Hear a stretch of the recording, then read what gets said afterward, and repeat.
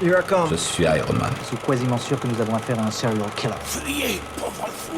Agent spécial d'Oufsi. Tu n'es qu'un jouet! Et donc aujourd'hui dans le box-office, donc on va s'intéresser à une adaptation live-action d'un jeu vidéo. Donc on va parler de Resident Evil. Bienvenue à Raccoon City.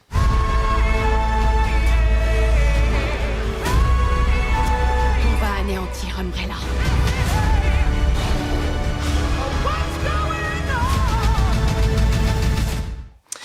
Donc Resident Evil, bienvenue à Raccoon City. Est-ce que quelqu'un veut nous dire un petit peu le synopsis du film pour ceux qui l'ont vu? Donc Jérôme, si tu veux. Alors, de quoi je me souviens?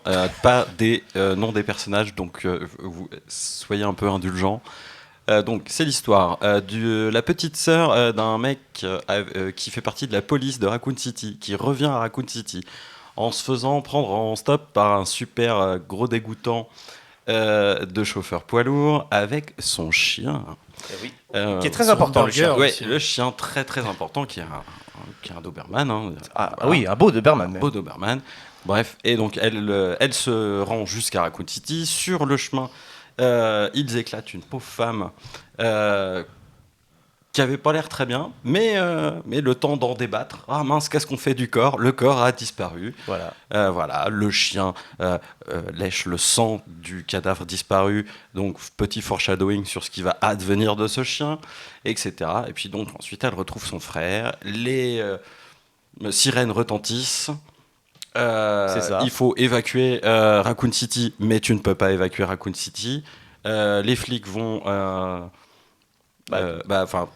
les flics vont voir leur chef. En gros, c'est un peu ça. C'est donc une alarme retentit. On apprend que Raccoon City va exploser à 6h du matin.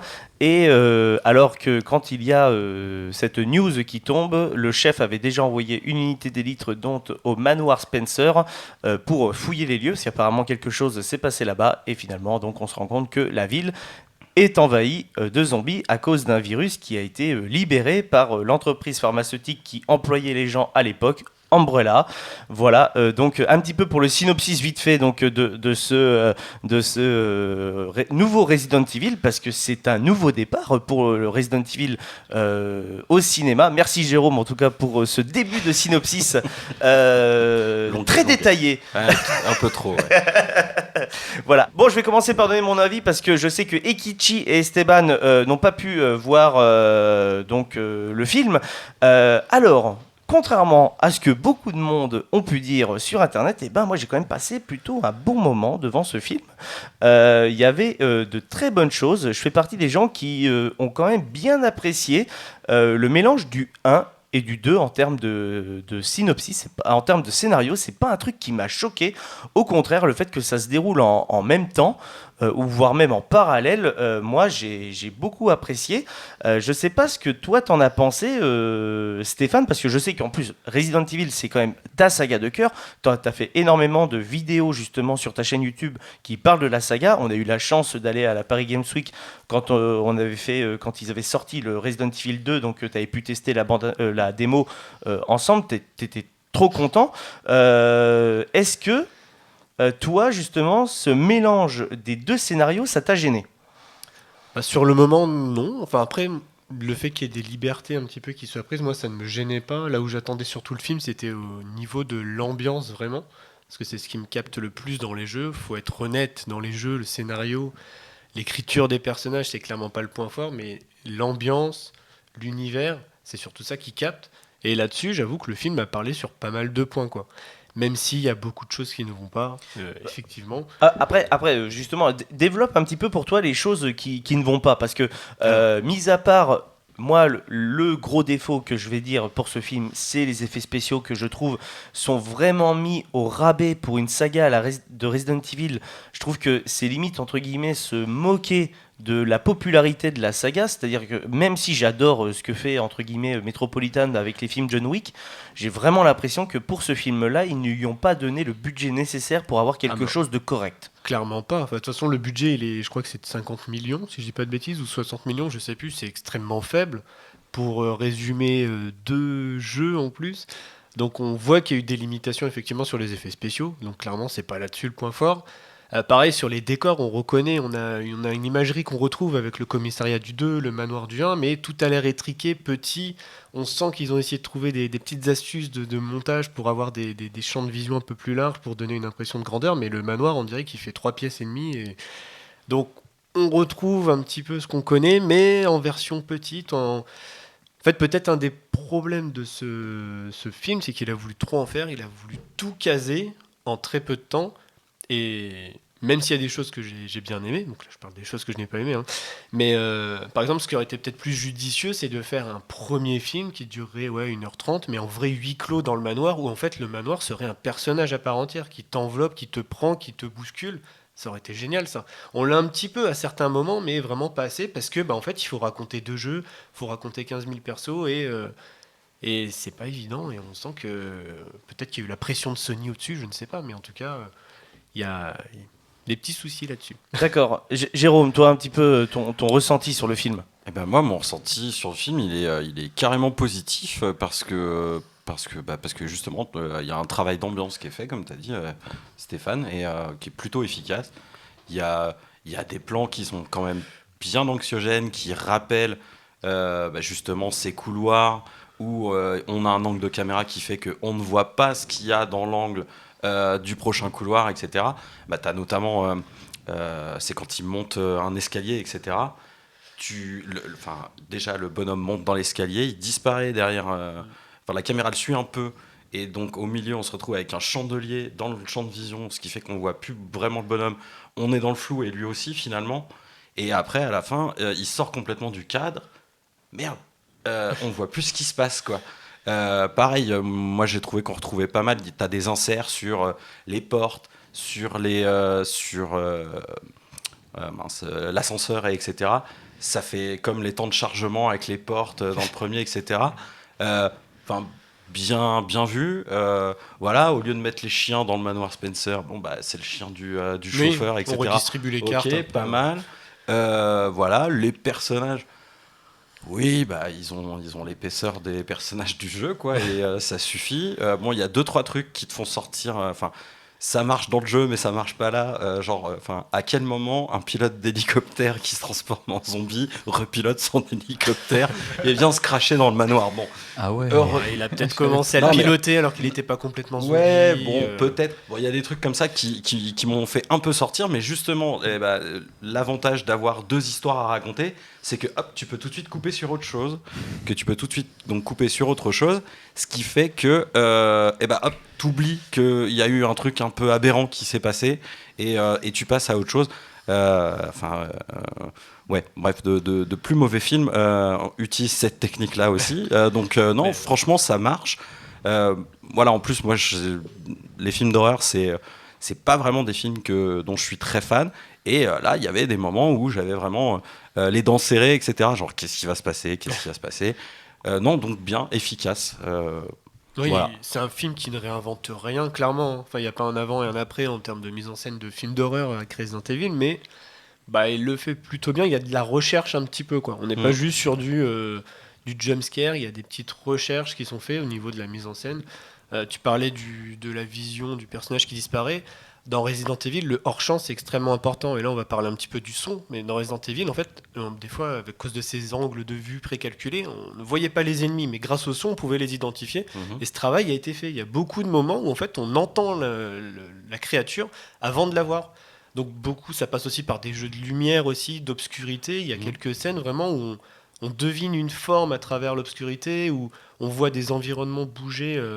Par exemple, à un moment, on a une espèce de lumière au plafond qui bouge, on ne sait pas ce que c'est. Ouais, quand le liqueur va arriver, là. Et ouais, ça c'est très bien. Moi, ça m'a rappelé les Dents de la Mer avec les bidons jaunes là, qui matérialisaient finalement le requin. C'est pas ultra créatif, ça va pas changer le cinéma, mais c'est des petites idées bienvenues, je trouve, et qui qui titille un petit peu. Déjà, le réalisateur était déjà confronté entre guillemets Oui. au film film d'horreur. requin, là, je crois. Il avait fait Stranger Prey at Night, donc qui est la suite d'un film qui s'appelle Strangers et qui est un home invasion en fait, qui était très populaire. On en avait parlé donc de Stranger Prey at Night dans le Late Show ancienne version quand on était à la radio et justement l'avis était aussi très mitigé sur ce film-là. Mais par contre, ce que j'aime avec ce réalisateur-là aussi, c'est qu'il fait un vrai effort pour se souvenir, entre guillemets, parce que pour Stranger c'était une suite, donc il ne reniait pas en tout cas le premier, et là il met bien en contexte les années 90 avec le film Resident Evil, je trouve, parce que même en termes de gestion du son, comme Stéphane l'a dit, il y a un vrai travail pour avoir du son un peu à l'ancienne. Donc du son qui crépite énormément, ça peut déranger, je vous l'accorde, mais par contre c'est vrai que quand il y a un coup de feu dans le film Resident Evil Nouvelle Génération, ça s'entend et ça hurle dans toutes les enceintes. C'est un vrai travail entre guillemets de son, et je pense que ça a été voulu de la part du réal, quoi. Enfin non, oui, surtout qu'il n'y a pas tant de coups de feu que ça en fait. Enfin, on est vraiment sur l'ambiance des premiers Resident, où on va pas dire qu'il y a une économie de balles, mais alors peut-être que les économies de budget d'ailleurs ont induit le fait qu'il y ait peu d'action, mais c'est vrai qu'il y a très peu de scènes où les personnages tirent en fait finalement, du coup ça renforce l'impact forcément de certaines scènes. C'est clair. Maintenant. Ah oui, ce moment avec le chef de police qui a son 6 coups là et qui tire, moi j'ai compté les balles, je me suis dit attention, tu vas pas me la faire, on est dans un Resident Evil quoi. Et non, il est bien. Ouais, ça renvoie au au bout jeu, de 6 balles, il en a plus quoi, bravo. Ça c'était pas mal. Et du coup, tu parlais de l'ambiance sonore, etc., qui fait très 90, mais on a aussi l'ambiance visuelle parce que on a du flou. Ouais. Un film avec du flou, l'image elle est pas en HD toute plate, etc. Merci, ça c'était cool. Et du coup, tu parlais donc des effets spéciaux numériques qui sont pas beaux, qui font dater. Et justement, moi, je me demande si tout ça, c'est pas exprès pour évoquer la fin des années 90, les effets spéciaux un peu cheapos, exactement en fait ce qu'on aurait fait avec une adaptation d'un Resident Evil. C'est-à-dire que finalement, on n'aurait pas fait beaucoup mieux que ce que montraient les jeux au niveau graphique pour les visuels du bestiaire, etc. Après, le grand méchant, tant qu'il n'est pas complètement transformé, s'en sort super bien, je trouve. Carrément, j'allais y dire. Moi, je trouve que parce Voilà. que c'est vraiment, les autres qui font crado, quoi. c'est un peu ça.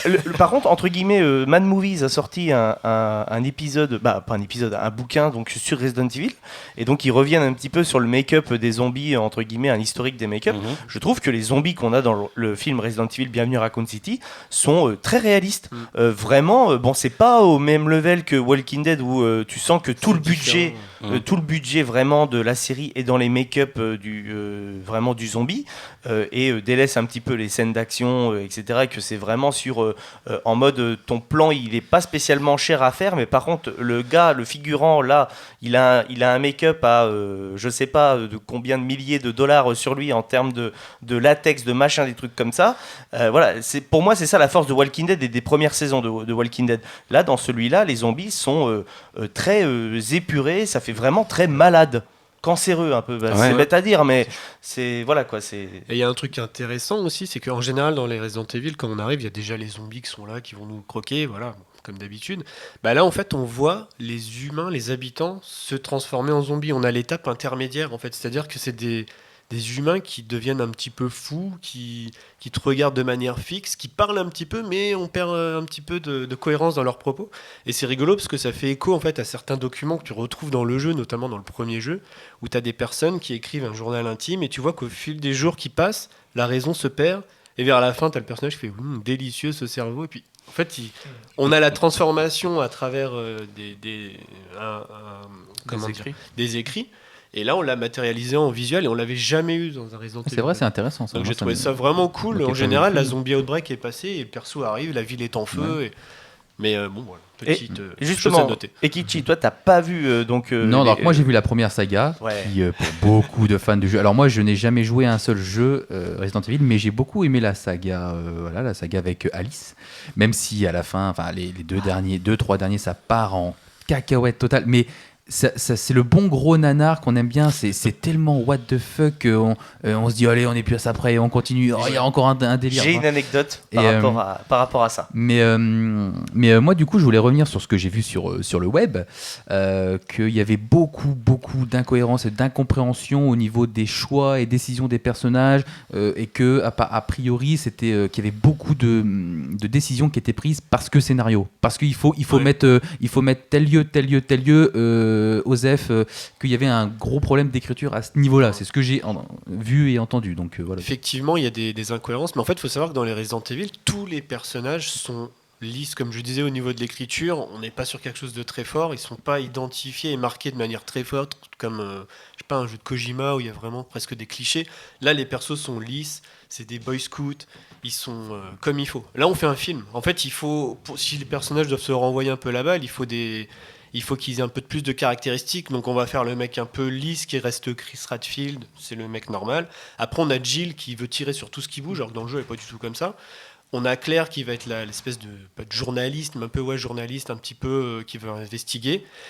Et il faut parler de Léon Scott Kennedy. Tous les jeux, voilà, tous les films doivent avoir leur comic relief. Et bien là c'est Léon, et là on est dans un des gros problèmes, un des gros choix qui a été fait avec beaucoup de tristesse malheureusement. Donc ils en ont fait un gros bolos, quoi, une espèce de gros raté. Que j'ai entendu dire aussi, ouais, que ce personnage avait été raté. Voilà, Léon normalement c'est un peu, alors il arrive dans Resident Evil 2, il est pas sûr de lui effectivement, mais petit à petit il va se dépasser lui-même, il va être super balèze.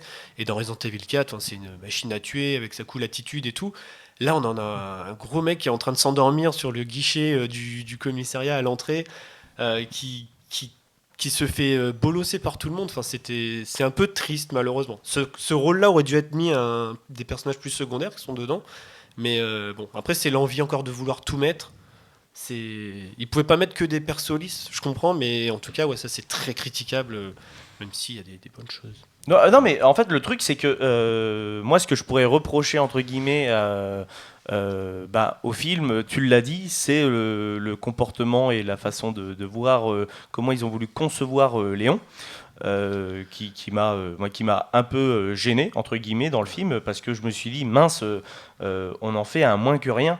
Alors que même si, comme tu l'as dit, c'est vrai qu'au début, c'est pas le Léon du 4, mais on est loin, en fait, entre guillemets, entre le Léon du 4 et celui du 2, à ce qu'ils en ont fait. Non, puis ils ont extrapolé, c'est-à-dire que dans Resident Evil 2, on sait qu'il arrive un peu en retard, il s'est réveillé en retard, du coup il arrive en retard à son premier boulot, il arrive, la ville est en feu. Bah là, du coup, la première scène, on voit Léon, il se réveille, le gars, il y a des fonds de bière autour de lui, on se dit, bon, bah, c'est cool, ils ont extrapolé un petit peu ce qu'on a dans le jeu, c'est pas mal. Et en fait, non, le gars, on le voit arriver, c'est une vraie loque complète. Mais c'est ça, il est encore plus lock que Max Payne après avoir perdu sa famille. Tu vois, alors que lui, pourtant, il a juste été muté. Ça, imagine, bienvenue chez les ch'tis, après une mutation, c'est pas la même, hein, tu vois. Mais ouais. Bah, tu vois, encore Max Payne, il a son identité dans les jeux, mais Léon, ça fait 25 ans 30 ans qu'on le connaît comme ça, quoi. Enfin là, c'est un problème en tout cas.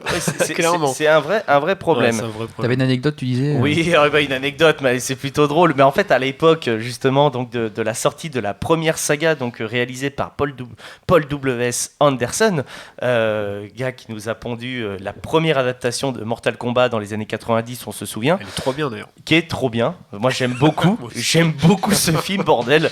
Voilà. Rendez-nous Christophe Lambert. Incroyable, vraiment, juste pour le rire de Christophe Lambert en Raiden avec un éclair au bout du doigt, ça m'étonnerait. Toi, ça déjà, tu sais que c'est magnifique, quoi. Mais bon, bref, voilà, et c'est vrai que la saga Resident Evil était en plusieurs teintes, et un jour, je vais voir mon premier Resident Evil au cinéma, donc je suis avec un ami, donc c'était pour Resident Evil Afterlife, donc le 4, donc juste après Extinction, et la salle blindée. La salle, quand je vous dis qu'elle était blindée, elle était blindée de chez blindée. On sentait que c'était un film que les gens attendaient, et surtout, en plus de ça, à l'époque, Il avait été très hypé, la bande-annonce, il y avait eu 3D. beaucoup d'effets, et puis il y avait beaucoup de ralentis. Enfin, ils avaient mis le paquet sur celui-là. et ouais, mais c'était surtout à l'époque, les bandes annonces en 3D, elles rendaient trop bien. Il y avait des trucs qui passaient devant les yeux, les machins, les trucs comme ça. Et c'était à l'époque où justement la 3D, je pense que c'est un des films justement avec Doctor Strange où tu as le plus d'effets devant toi en fait. La profondeur de champ était super bien travaillée en tout cas sur ce film-là. Le film se passe. Très bon souvenir, moi j'ai un bon souvenir sur le film, etc. Et en fait le film se termine, je sais pas si vous vous souvenez, mais il y a le premier plan, ça cut, le titre apparaît, scène post-générique. Et là on voit pour la première fois dans la saga Jill Valentine, donc qui apparaît avec son médaillon rouge ici. Alors, elle est déjà dans le 2, en fait. Ah, elle est dans le 2 Ouais, en petite jupe. Ah oui, d'accord, ok. Comme dans le 3, voilà. Ok, d'accord. Ça, tu vois, ça, c'est des trucs qui nous ont perdu. Mais en tout cas, on revoit Jill Valentine, donc dans le 4. Et là, je promets, la scène post-générique se termine. Il y avait un mec au tout premier rang, vraiment, au tout premier rang. PC portable, longs cheveux, casque, vraiment, dans le cinoche. Hein, il se lève, énorme. Je te jure, vraiment, on a tapé une barre avec mon pote, vraiment sur ça, tu vois. Il était très hype. Le mec était content. Le mec était content de voir Jill Valentine, tu vois, dans ce film. Surtout que ça renvoie à Resident Evil 5, qui est un peu le vilain petit canard de la série, de l'avoir comme ça. Donc, j'ai l'impression que les fans de Resident Evil, c'est pas forcément les mêmes fans que les films Resident Evil. C'est ça. Je pense que comme toi, Kichi, peut-être que comme t'as pas d'attachement au jeu, t'as Oui, pas parce que j'ai d'attachement au j'ai joué personnage, que au 1. tu te sur prends le PS1, film à comme l'époque. un roller coaster, c'est débile, mais ça m'amuse. Ouais, c'est mais rigolo. je trouvais, ouais, moi c'est enfin, il y en a, ils disent que c'est un nanar, mais moi je sais pas. La saga Resident Evil, première du nom, il y a un petit truc. Je comprends. En fait, il faut rentrer dans le délire pour. Alors, je suis Ouais, d'accord. alors que le fan, il est tout le temps dans la comparaison. Oui, Ouais, c'est c'est ça. ça. Et en fait, dès Moi, le je début, peux en pas. plus, les films n'ont rien, n'ont pas de Ouais. rapport avec les jeux. Donc Non. déjà dès le départ. Juste pour en revenir, je suis d'accord avec toi sur la saga entre guillemets de Paul W.S. Anderson. On peut la prendre sous plusieurs angles entre guillemets. Juste les deux derniers, je ne peux pas à cause du montage. Je les ai pas vus. À cause du Ouais, montage. ça Le part montage loin. épileptique, c'est illisible. À la caméra, c'est illisible. Quand tu vois le travail qui a été fait sur Afterlife, où justement il y avait des ralentis, des effets intéressants à regarder à la caméra, et ce qu'il fait avec le 7, franchement, moi j'ai l'impression que c'est du bâclé, autant s'arrêter. Ne faut pas faire des films pour faire un film. Ça sert à rien, surtout qu'en plus, la conclusion de Alice, elle est repérable au bout de 30 minutes du dernier. Moi, je m'attendais pas à la toute fin quand on la voit vieille et qu'au final tout ça. Franchement, moi j'étais ça tellement va. à fond dans le délire que j'ai pas vu ça. Ah, mais je te jure que moi ça va, ça m'a. Je l'ai vu venir. Je me suis dit entre guillemets depuis le début, elle se bat contre elle-même, tu vois. D'accord. Dès le début, tu vois. Ça c'est toi en tout cas dès le début du 7 ou du 6, je sais plus. Bref, il y en a eu trop. Ouais, Il y en c'est a eu ça. trop Oui, il des y en a films. trop. Voilà. Quand on est à ce niveau-là de film, plus que Star Wars où à l'époque où c'est sorti, c'était pas bon. Voilà. Jérôme, tu voulais dire quelque chose? Oui, alors, vous parliez du fait que les fans du jeu sont emprisonnés par la vision, etc. Alors, pour le coup, moi je connais vite fait le lore des jeux vidéo, mais je n'y ai jamais joué, parce que j'accrochais pas à tout ça, etc. Moi, les décors en 3D précalculés, je supporte pas. Même pour Final Fantasy VII, ça ne passe pas. Et donc, en l'occurrence, là, j'étais content en fait de voir une adaptation qui était plutôt fidèle, et etc. Où même les cadrages me faisaient penser à ce que je savais du jeu vidéo. Et finalement, moi, je me suis dit chouette et tout. On m'embarque, on me fait vraiment vivre Resident Evil 1 et 2 comme si j'y avais joué. Et j'étais plutôt content. Pour le coup, donc, le fameux Léon, moi, je le connais pas. Ouais. Que ce soit donc un branquignol qui a tiré dans son coéquipier et que c'est pour ça qu'il se fait muter à Raccoon City. Bah écoute. Ouais, pourquoi pas. Apparemment, ce serait une critique des millennials parce qu'ils sont tout le temps en train de roupiller. Oui, j'ai entendu parler de ça. Bon, J'ai entendu parler de ça. Je pense pas qu'il y a du fond comme ça dans le Mais film. je te jure qu'apparemment, il y a des gens qui ont extrapolé de ça en disant Apparemment. comme quoi, Léon, ce que tu veux. il représente les milléniums parce qu'apparemment, ils sont considérés comme des gens qui dorment tout le temps. ouais, c'est ça, qui roupillent tout le temps. Mais finalement, c'est un motif que tu retrouves assez souvent, je trouve, en ce moment. Des gars qui roupillent tout le temps. On l'avait dans Suicide Squad. Je sais pas si vous l'avez vu, le Non, Suicide j'ai pas Squad vu. donc de James Gunn, en fait, parce que Donc le deuxième. le deuxième, voilà, dans Suicide Squad donc de James Gunn, on suit la fille qui est la fille du gars rat, Ah, bah oui, bien sûr. et elle ouais. dort tout le temps. Ouais, dont Et- dans une scène vers la fin d'ailleurs, Ouais. très importante où on va vers de l'action quoi. Et effectivement, elle dort.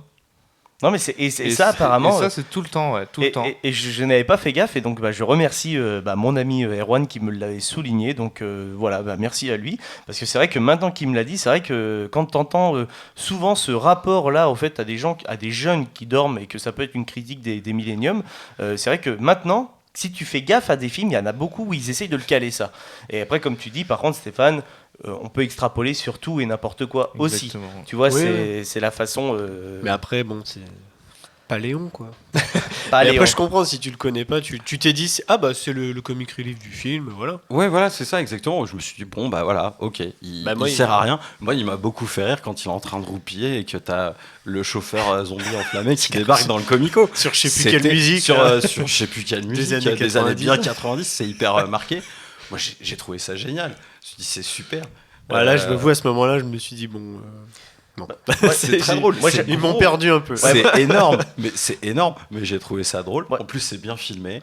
La Voilà. scène est jolie, par contre c'est vrai que moi la scène m'a vachement sorti Ouais, mais c'est ça. du truc, et il y en a une autre scène que j'ai trouvé qui m'avait énormément sorti du film, donc là oui bon, on spoil un peu, voilà quoi, mais c'est une scène en fait où Chris Redfield en fait se fait attaquer, et en fait il tire, et c'est en tirant, non pas ça, justement ça je vais en parler après, mais quand il tire sur les zombies, on voit les zombies. Alors ça, mais il le fait beaucoup de fois, j'ai trouvé ça trop épileptique, et par contre, le réalisateur, il a été plus loin, il a poussé le truc sur une super idée. Non, c'est pas une super idée. T'as pas Il a aimé ça mais c'est nul à chier. Le coup du briquet. Mais tu t'en Alors, vas. moi, ça a, Moi j'ai bien aimé. moi, ça a tu marché cours. sur moi aussi. Moi j'ai bien aimé le coup du briquet. Je te jure. Expliquez-moi cette scène du briquet là, Bah, que en je gros, visualise un vas-y, peu. Jérôme est un storyteller, il va vous le raconter. Bon alors, intérieur nuit, il fait taux noir. Chris Redfield n'a plus de balles dans tous ses multiples flingues et il reste une bébête qui en a après sa peau. Et donc là, il sort son zippo pour essayer de voir où est la bestiole. Il allume le zippo s'éteint et enfin du coup ça fait lumière, machin. Et à chaque fois en fait, t'as un flash où tu vois le zombie arriver, être de plus en plus près, etc. À quel moment tu passes 25 ans à essayer d'allumer ton pauvre briquet? Oh. Tire-toi. Oui, non mais alors c'est sûr, je suis d'accord avec toi. tétanisé. D'où les critiques que j'ai entendues sur les décisions, les fameuses Non, mais décisions voilà. un peu incohérentes.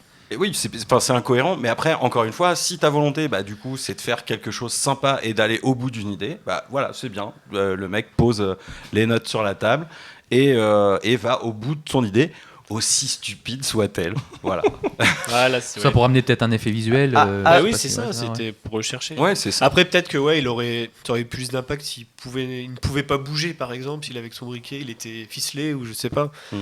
Après, je me suis pas posé cette question parce que j'avais accepté déjà l'absurdité de pas mal de choses, donc.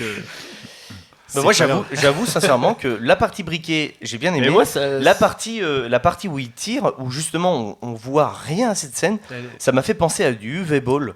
Vraiment très mauvais, vraiment où tout est dans le noir, Alone in the Dark, ça tire de partout, tu vois rien, t'es dans le noir, tu vois juste des ombres tomber, alors que franchement, Moi, je La trouvais part- ça, il y avait un côté oppressif un petit peu. Ouais, dans cette c'était scène. un peu oppressant. ah ouais, mais Puis- pas du tout. Et puis tu vois Comme- bien tu profites bien des maquillages de chaque zombie. Par contre, voilà, les make-up, là, on les voit bien sur cette scène-là.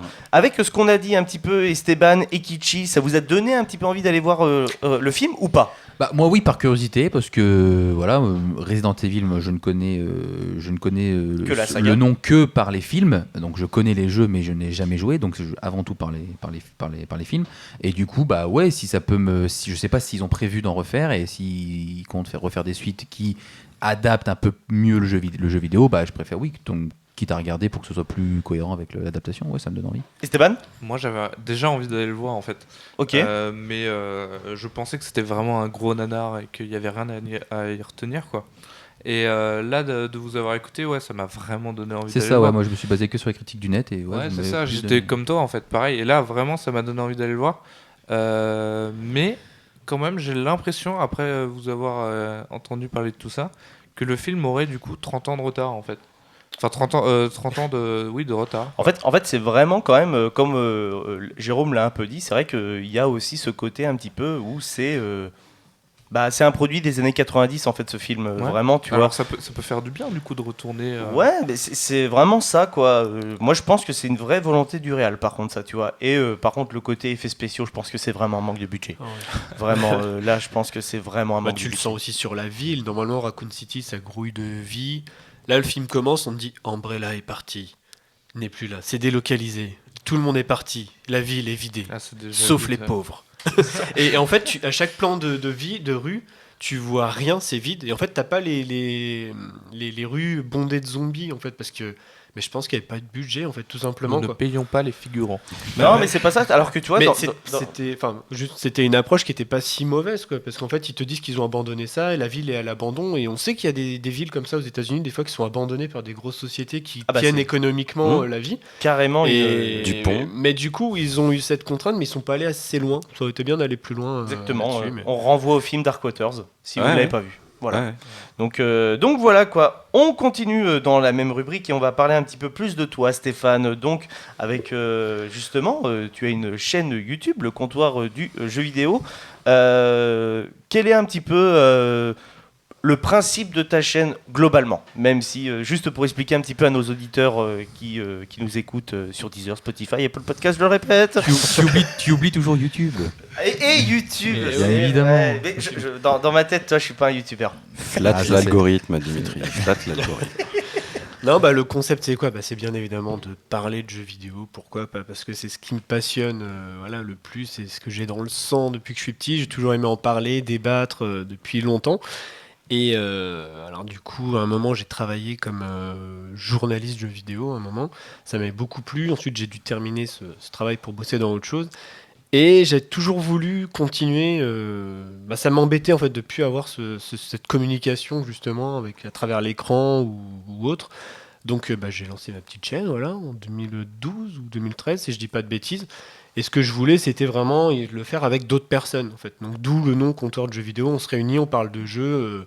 C'est de la discussion de comptoir quoi en fait.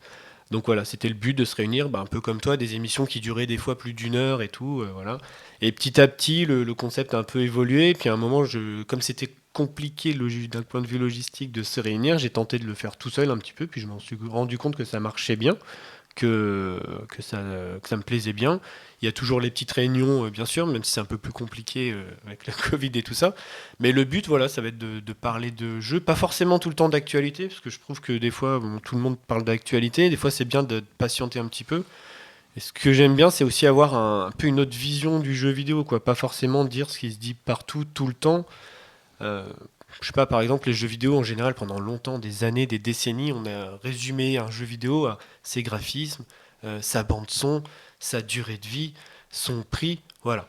Et en fait, comme un objet, quoi, comme un objet. Très, très technique, un quoi. produit, voilà. Et en fait, si on le prend avec un angle d'œuvre d'art, entre guillemets, enfin, avec un œil de vision d'artiste, quoi, mais en fait, on se rend compte qu'on peut dire plein de choses dans les jeux vidéo, quoi, au niveau du message qui peut être politique, de l'ambiance, des visuels, comme au cinéma, enfin. Il y a beaucoup de choses à faire et on peut toucher à des thématiques de plus en plus profondes. Et le truc cool aussi, c'est que les développeurs qui font des jeux aujourd'hui, c'est souvent des enfants qui ont commencé dans les années 90-80. Et aujourd'hui, en fait, ils ont envie de raconter autre chose. Et on voit des fois l'évolution d'ailleurs de certains jeux. Enfin, par exemple, on donne l'exemple de God of War. God of War, vous connaissez tous.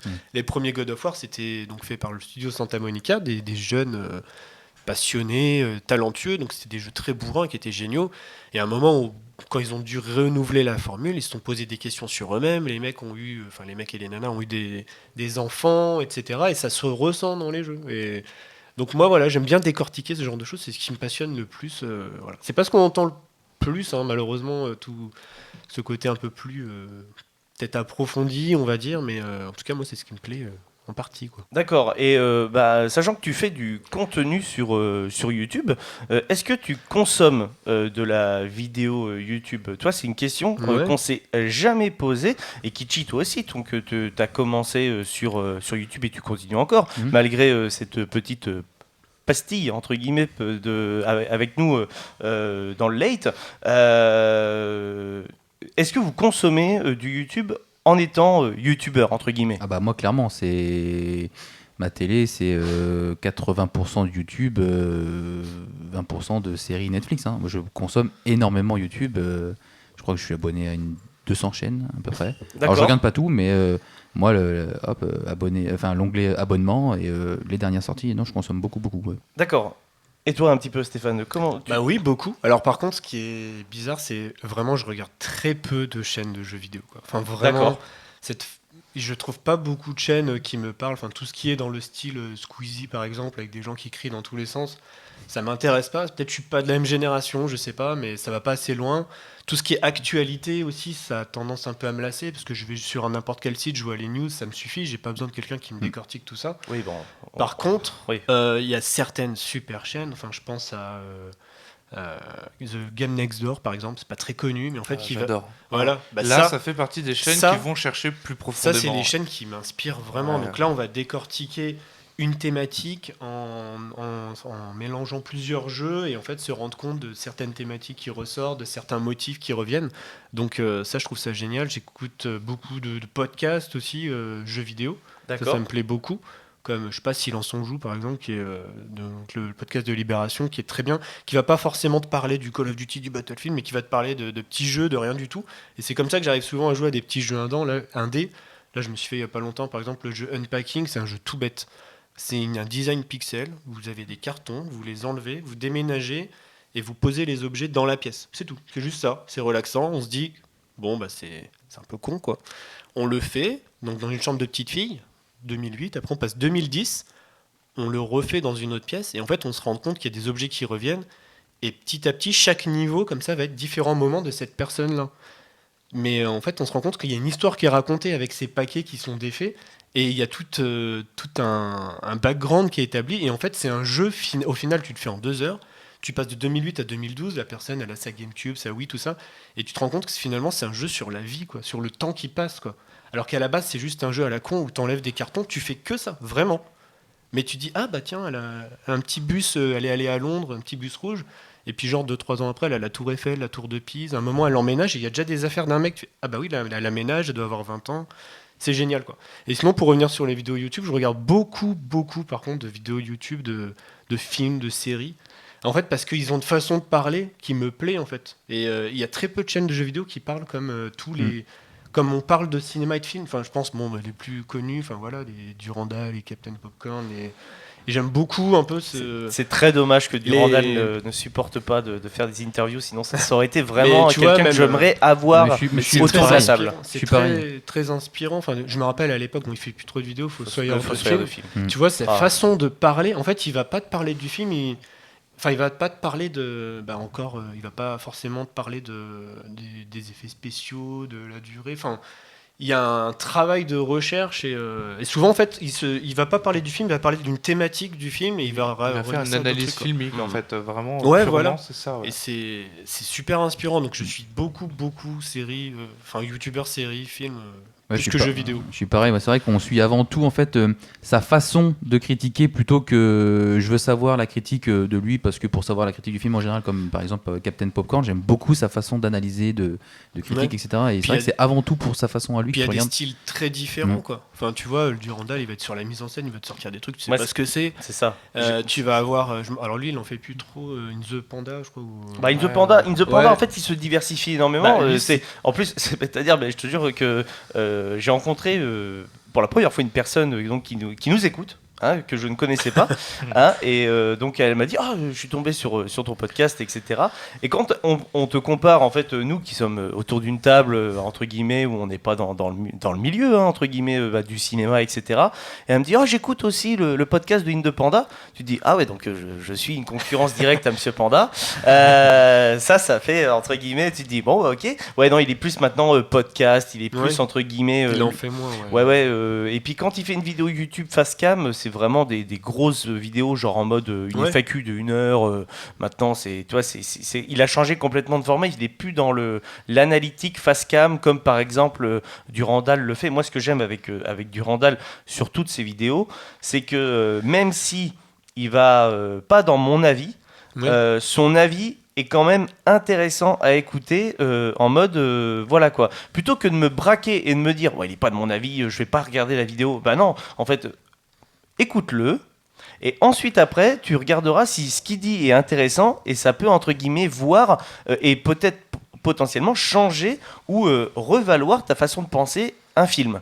Tu vois, et c'est ça que j'adore avec Durandal, et c'est ça aussi que j'aimais avec le Fossoyeur de films, quand il présentait les films à l'époque dans ses vidéos, les after-séances, les après-séances. Tu vois, c'est ça que j'aimais. Maintenant, je sais que après il est parti sur de la grosse ambition, à faire des choses un peu scénarisées, des trucs comme ça, qui étaient vachement bien aussi, très bien produites.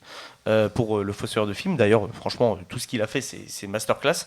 J'aime beaucoup son émission où il remonte les films à des sauces. Ouais, c'est rigolo ça. C'est génial. Ça, c'est très drôle, voilà. C'est super drôle. Cut, non, Ouais, c'est Cut, je sais plus comment ça Je sais s'appelle. plus, mais Où bref. ils sont 3 et ils doivent choisir donc soit un genre, soit un réalisateur à Ouais. la manière de. À la manière d'eux, ça j'adore. J'adore. Au niveau des projets un petit peu donc, de ta chaîne, Stéphane, est-ce que tu peux nous dire un peu ce que tu aimerais que ta chaîne va devenir? Parce que c'est vrai que là en ce moment, il n'y a pas trop de vidéos. Déjà d'une, le Covid n'a pas aidé. Ensuite, il y a un nouveau développement que tu essayes de mettre en place. Déjà, je suis en gros travaux chez Voilà. moi depuis 2021, donc forcément, ça a beaucoup ralenti le temps libre, hein, forcément. Donc j'ai essayé quand même de tenir le rythme en me faisant plaisir avant tout. 2022, ça risque d'être compliqué aussi un peu malheureusement. Après, ce que j'aimerais bien, c'est remettre peut-être un peu à plat tout ça et plus partir sur des vidéos de recherche vraiment, comme ce que j'ai fait avec Cyberpunk par exemple cet été. Ça m'a pris des mois à faire, des mois à écrire, à faire de la recherche, de la capture, de l'écriture et tout, mais le résultat, j'en suis super content et tout, et donc j'ai envie de plus creuser là-dessus, peut-être faire encore moins de vidéos, je sais pas, enfin revoir un peu la formule, mais faire encore plus de travail de recherche qui me plaît beaucoup. Parce que j'ai déjà fait de la recherche pendant mes travaux d'études, et c'est vrai que c'est toujours satisfaisant de voir tout ça prendre forme, avoir une idée vraiment dans sa tête, la coucher sur papier, la réaliser, puis je fais tout, quoi. Enfin, du coup, mon montage, je suis pas spécialiste ou autre comme Esteban sur le son, hein, mais voilà, je fais montage, la vignette, le son, la recherche, la capture, les mises en scène. Tiens, j'aimerais bien faire cette idée, machin, comment faire, je vais voir des tutos, etc. Puis à la fin, tu vois le projet aboutir. Et t'es content, C'est quoi. le tien, quoi. T'as fait tout de Ouais, A à voilà. Z. C'est pour ça que Et- moi aussi j'ai beaucoup de mal avec les gros youtubeurs qui ont une boîte de prod, qui ont des monteurs, etc. Pour moi, j'ai toujours dit qu'ils devraient faire deux YouTube, un YouTube créateur où vraiment, pour moi, YouTube c'est vraiment t'es artisan en fait. Tu fais tout de A à Z entre guillemets. Tu peux être aidé, mais Ouais. c'est vrai que moi j'aime beaucoup. T'as monté ta vidéo, tu l'as fait, tu l'as monté, t'as tout fait toi-même en fait. C'est vrai que c'est le côté création perd un peu du coup avec les gros les gros vidéastes. Mais... Oui, ça reste du travail quand même, hein, je pense pour eux. Ah oui. Après, Mais ils sont on- plus, on a sur plus l'écriture et ils ont. Et parfois on a plus l'impression qu'ils arrivent, ils se posent devant la caméra, ils font leur truc et après c'est tout, C'est le tout est monteur, occupé. ouais. Voilà, tout. Ah, Mais bon, après, voilà. Sur les gros, je pense que c'est ça quand même. Oui, hein, c'est ça. C'est des boîtes de prod. c'est des ouais. boîtes de prod tu maintenant, les vois hein. dans un décor, t'as l'impression que c'est leur appartement. En fait, non, c'est tout calculé. C'est ça. C'est le décor de sitcom, tu recules, il y a 10 projecteurs, Ouais, c'est ça. 4 caméras. Voilà. Quoique, maintenant, avec ce côté réseaux sociaux, vlog, tout ça, on a quand même plus la possibilité de voir vraiment que c'est un décor caché. Ouais, ils le cachent moins ouais, peut-être. Ouais. Voilà. Là, ça les dérangerait pas de montrer carrément l'envers du studio. Ils pourraient en faire une vidéo. En fait. Pour en faire du contenu. Tant Exactement. que ça peut Ouais, être ouais. du contenu. Donc, non, mais c'est quand même intéressant en tout cas de voir un peu le type de YouTube que tu consommes, donc qui est quelque chose de très analytique entre guillemets. T'es pas trop dans le réac en fait entre guillemets, donc t'es pas trop dans la tendance de ce qui se propose sur YouTube. Non, parce que je sais déjà comment réagir à tout ce que j'entends en fait. Donc j'ai pas besoin de quelqu'un qui va me dire, qui va me décrypter ça quoi en fait. Non, du mais coup. c'est Par super contre, intéressant. l'analyse sur les jeux, enfin, ça me plaît quoi. Et même si c'est un jeu qui est sorti il y a longtemps quoi, c'est comme un film quoi. Enfin, on peut redécortiquer des films. Il y a plein d'analyses de films sur YouTube, des films qui sont sortis il y a longtemps quoi. Et puis t'as plein d'interprétations. On parlait de Jurassic Park tout à l'heure avant que ça commence. Moi, c'est mon film culte. Enfin, chaque fois que je vois une nouvelle vidéo sur Jurassic Park, je redécouvre Jurassic Park quoi. Enfin, pourtant le film est sorti il y a longtemps quoi. Donc, et je pense que dans les jeux, ça se perd quoi. Tu vois, dans les films, on te dira, c'est un bon petit vieux film. Un jeu, c'est le jeu il est sorti. On l'a oublié celui-là, Red Dead Redemption. Oui, Alors, bah, que tu c'était peux prendre, sympa. alors mais- que tu peux prendre énormément de plaisir à refaire mais un carrément, jeu. quoi. Et non, mais pas le refaire, mais même en reparler, quoi. Enfin, Oui, tu oui. vois, Revenir dessus, y repenser, ouais. c'est et avec carrément, du recul, en fait. Ouais. Le recul, ça peut être bon aussi dans le jeu vidéo. Mais ça va tellement vite. Enfin, il y a tellement de jeux qui sortent tout le temps. C'est des centaines de jeux Ouais, toutes en les fait, semaines. il faut être directement dans l'action parce que 2 semaines après, il y a un gros triple A qu'il faut faire, quoi. Ouais, mais Bah, si tu veux suivre l'actu, oui. Mais ça, Ouais. c'est la tendance. En fait, il faut suivre le truc, quoi. Ouais, c'est ça, Vraiment, faut être dans le train et si tu lâches ou si tu travailles plus, Eh tu ben, peux pas on- suivre. Et là, justement, avec l'année qu'on a vécue, qui est plutôt entre guillemets vide en termes de jeux vidéo, là, les Game Awards qui ont récompensé It Take Two en termes de GOTY, est-ce que tu as vraiment cette sensation avec la nouvelle génération de consoles que il y a autant, voire plus de jeux qui sortent?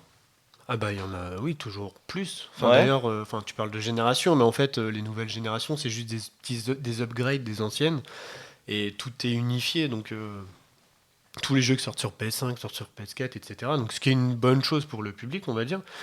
Mais oui, on a de plus en plus de jeux, oui, très clairement. Enfin, on en a Ok. pas moins. Par contre, est-ce qu'on en a plus marquant? Bah non, forcément. Enfin, tu peux pas réinventer la roue. Parce que j'ai vraiment l'impression, moi, d'avoir moins de jeux qui me donnent envie, par exemple. Ah oui, Oui, c'est ça, Ah c'est bah, plus par ça, à mon contre, avis. oui. C'est plus de, Oui. de moins de jeux qui donnent envie, alors qu'ils en sortent plus. C'est ça la. Bah, on la reste sur des contradiction. formules qu'on connaît. Alors en fait, pour un grand public, ça va. Si on prend le jeu vidéo comme un passe-temps temporaire, ça va. Après, c'est vrai que si on est plus passionné, au bout d'un moment, on a des motifs qui se répètent et on joue au jeu, on le commence et Ouais, en fait, je l'ai déjà vu, quoi. C'est ça, ouais. Après 10 minutes de gameplay, on l'a déjà fait le jeu, en fait. C'est ça. Et là, en 2021, autant les autres années, j'arrivais à dégager des jeux. Là, j'avoue, cette année, j'ai eu beaucoup de mal. Alors après, on est dans une période de transition et tout, mais alors It Takes Two est vraiment très bon, hein. Enfin, Joseph Fares, avec son jeu, il a fait un truc génial. C'est une thérapie de couple, en fait, en jeu vidéo, quoi. Enfin, c'est fantastique. C'est un peu symbolique qu'ils deviennent jeu de l'année, mais c'est aussi peut-être symptomatique du fait qu'il n'y a pas eu d'autres gros jeux, quoi. Quand on voit que les autres années, c'était The Last of Us, Zelda... Enfin, d'autres gros triple A, on va dire. Le fait que Ratchet & Clank l'ait pas eu, ça Bah, t'a pas... Non, bah à la limite, It Takes Two quand même m'intéresse, Ok. est plus innovant et plus intéressant, quoi. Enfin, vraiment. Mais bon, après, pourquoi pas pourquoi pas en même temps. Enfin, voilà. D'accord, ok. Mais en même temps, il n'y a pas eu grand chose, donc finalement, c'est celui qui se démarque le plus, quoi. C'est vrai, c'est vrai. Vous avez des questions, les glandus, à poser à Stéphane par rapport à sa chaîne, par rapport à ses envies, peut-être Bah, moi, je connais pas du tout. Et du coup, je pense que pour les auditeurs qui connaîtraient pas du tout, juste comment tu décrirais ta chaîne et quel format tu proposes Alors les formats en général, c'est les grosses vidéos qui prennent du temps à faire, celles-ci on n'a pas beaucoup, hein, malheureusement parce que j'ai pas beaucoup de temps. Donc ça va être des vidéos, ça peut être des tests, souvent on va dire qui vont parler de jeux qui viennent de sortir, plus ou moins, parce que c'est pas toujours évident de suivre l'actualité effectivement comme je le disais, donc c'est pour ça que j'ai aucun scrupule des fois à sortir des vidéos un peu plus tard. Par contre à chaque fois j'essaye de faire un peu de recherche quand même, de documenter, d'argumenter, et de pas forcément déblatérer la même chose qui a été dite, quoi. Ça va être un petit peu ça, quoi. Donc beaucoup de vidéos de tests, un peu de films de temps en temps. Alors on n'est pas critique cinéma du tout, c'est vraiment notre avis, quoi. C'est le comptoir, quoi. C'est vraiment, on parle un petit peu dans tous les sens. Moi, c'est ce que Et- j'aime. C'est d'ailleurs C'est Le côté chill, quoi. le côté chill, le côté Bah, on parle de je tout. peux pas avoir la prétention. Je suis pas cinéphile en fait. J'aime beaucoup le cinéma, mais je suis pas cinéphile. Par contre, je suis passionné. Enfin, je suis fasciné par les gens qui en parlent et comment ils en parlent. Je trouve ça inspirant et tout, mais je peux pas dire que je suis cinéphile. Mais j'estime. Bah voilà, je peux donner mon avis. Finalement, sur YouTube, on fait ce qu'on veut. C'est ça qui est cool aussi. Et j'ai décidé de le faire. Donc voilà. Donc ça va être ça. Et donc voilà, des petites vidéos de entre 10 et 20 minutes qui parlent de jeux. Et puis quand je peux, bon cette année il n'y en a eu qu'une seule, une grosse vidéo vraiment qui va aller beaucoup plus loin, quoi, en gros. sur Cyberpunk du coup cette Et année. ouais, sur Cyberpunk j'en suis bien content parce que vraiment ce que j'en ai ressenti, enfin je l'ai pas vu ailleurs, vraiment ce ressenti et tout, et ça m'a... Bah voilà, quoi. Ok, donc toi tu plutôt l'analyse quoi, comme ce que tu consommes. C'est ce que ouais, voilà, ouais. c'est ce que je préfère, mais on va dire que bon, c'est pas la majorité qu'il y a, on va dire, Ouais. parce que ça prend du temps en fait. Encore Bah une oui, fois. oui, oui. Normal. Et qu'il faut quand même avoir sortir un peu de contenu pour ouais. faire vivre la chaîne, tout simplement. Ouais, en se faisant plaisir. Donc après, du coup, c'est un peu... Enfin, je prépare, mais il y a un petit peu d'impro quand même, et de préparation, mais il y a un angle, il y a une direction quand même, mais pas autant que dans les grosses vidéos cutées où tout est ultra maîtrisé forcément. Donc de toute façon, vu que Stéphane l'a dit, sa grosse vidéo, dont en tout cas qui ressort là, c'est celle de Cyberpunk. On vous mettra le lien dans la description YouTube, puisqu'on est sur YouTube, donc apparemment Ekichi. Hein, donc voilà quoi. Vous avez d'autres interventions? Ouais, Vas-y. une petite question, mais avant, donc moi j'ai regardé ton test que tu avais fait sur Zelda Skyward Sword HD, et c'est vrai que comme tu disais au début, donc c'est une manière différente, c'est vrai que tu es le seul que j'ai vu qui disait, qui prônait le fait d'y jouer comme il a été fait pour jouer en fait. Ouais. Je sais pas si je me fais bien comprendre. Tu dis qu'il a été pensé pour être joué comme ça, donc du coup, que limite tu prônes plus le fait d'y jouer sur Wii que la nouvelle HD parce qu'il faut le jouer de la manière dont il a été pensé. Et c'est vrai que tu es le seul que j'ai entendu dire ça, hein, littéralement. C'est ce qui. Oui, en fait, oui. Ce Zelda-là est sorti il y a 10 ans sur la Wii. Donc, en gros, pour caricaturer, il fallait y jouer en gesticulant. Là, il le ressort sur Switch. On peut toujours y jouer en gesticulant, mais avec les boutons aussi. Parce que c'était une critique, ça gesticulait trop, c'était pas du gameplay. Et en jouant au jeu, je me suis rendu compte que le gameplay au bouton, ça avait ses limites parce que le jeu avait été pensé pour être gesticulé. Ça, ouais. Et comme aujourd'hui, la précision, elle est meilleure, pour moi, c'était beaucoup mieux. Mais effectivement, j'ai fait ça. Je sais que les gens n'aiment pas le motion gaming et tout, mais moi, c'est le ressenti que j'ai eu. Donc, j'en ai rien à faire d'être contre la totalité des avis des gens, quoi. Ouais, mais Et des fois, c'est ça qui est intéressant. Ça m'est déjà arrivé plusieurs fois. On parlait de God of War tout à l'heure. Il faut savoir que moi, c'est une de mes déceptions de l'année, God of War sur PS4. Quoi. Donc, après, j'ai mes arguments et tout ça. Hein.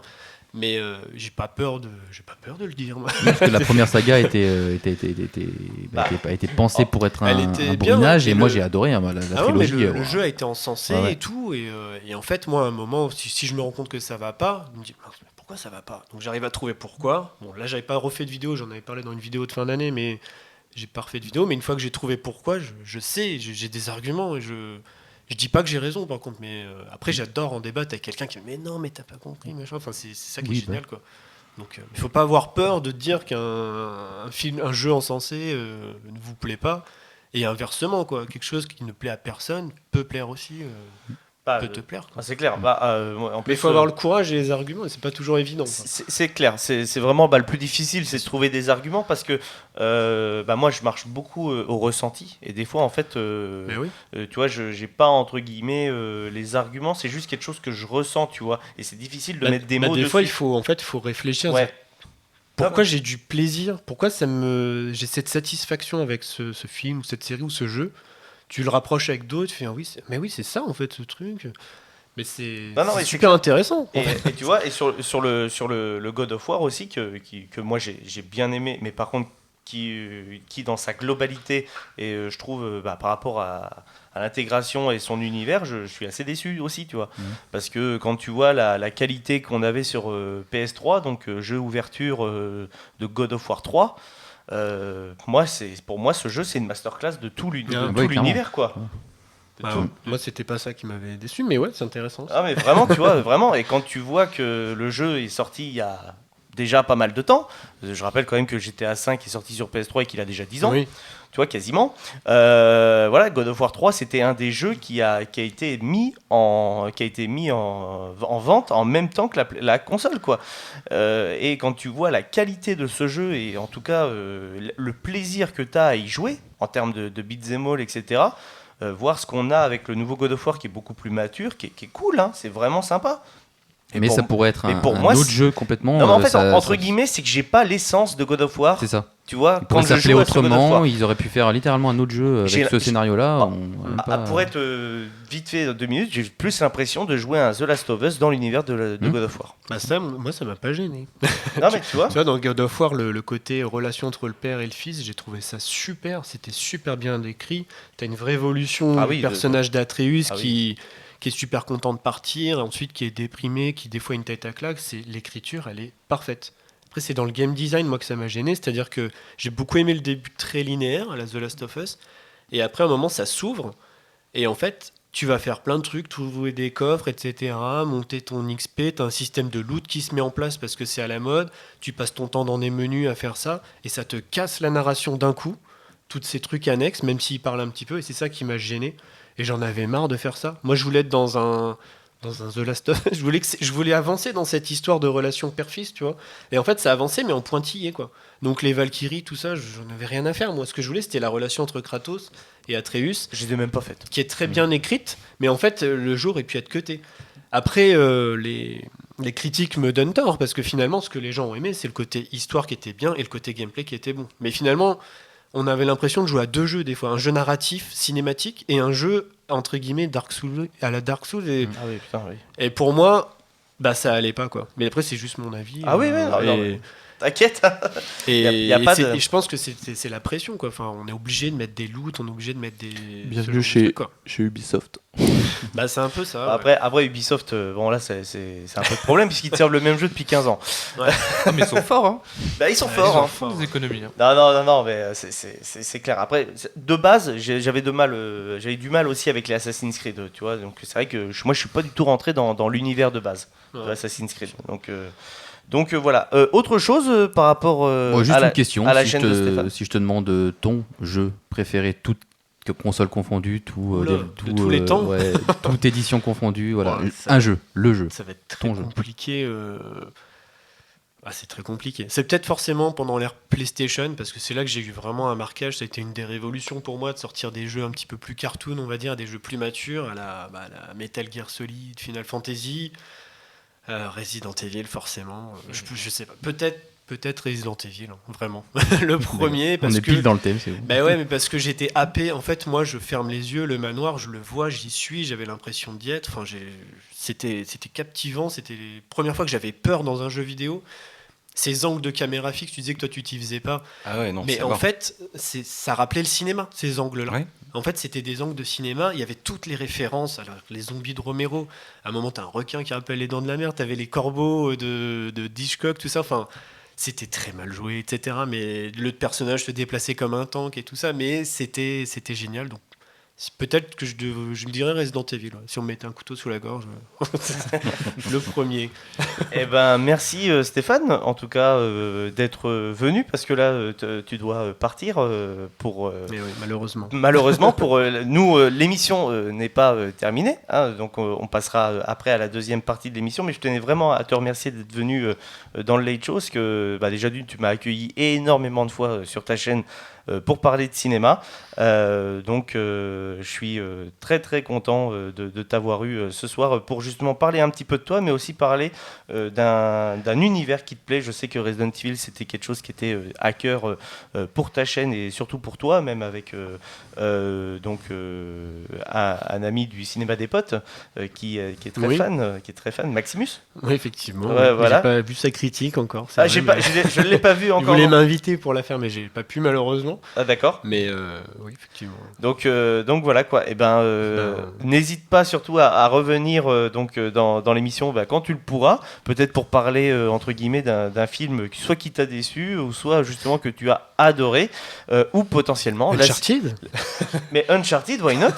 Why not? C'est vrai qu'Uncharted va sortir en 2022 et sinon je pensais peut-être au cas où à la série live action de Resident Evil qui va sortir sur Netflix. Normalement, oui, je crois. Voilà, Courant 2022, ouais. Courant 2022, donc ça pourrait être intéressant Ok. de te revoir à ce moment-là. Ok. Voilà. Et Mais- merci beaucoup. Bah, moi aussi, je tenais à te remercier. Hein, merci. Ça me fait bien plaisir d'être venu, de vous avoir rencontré, d'avoir discuté. C'était très vraiment cool. Donc, j'espère que ça se reproduira. Oui. Avec grand plaisir. Voilà.